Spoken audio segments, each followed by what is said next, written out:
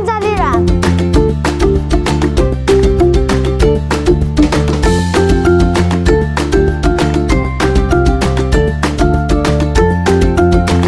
Evladımdır, gətirdik ki, yaxşı şənləndilər, tamaşalara da aparırıq, məsələn, belə tədbirlərimiz də olanda uşaqlarımızı məsəl üçün aparmışıq.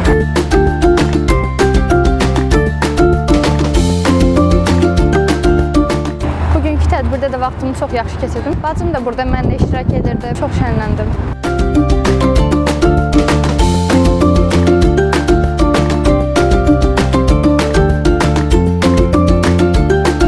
Evladımın 6 yaşı var, 1-ci sinifdə oxuyur, ən çox da ki, idmana maraqlıdır. Biz ona həmişə dəstək olmuşuq, olacağıq.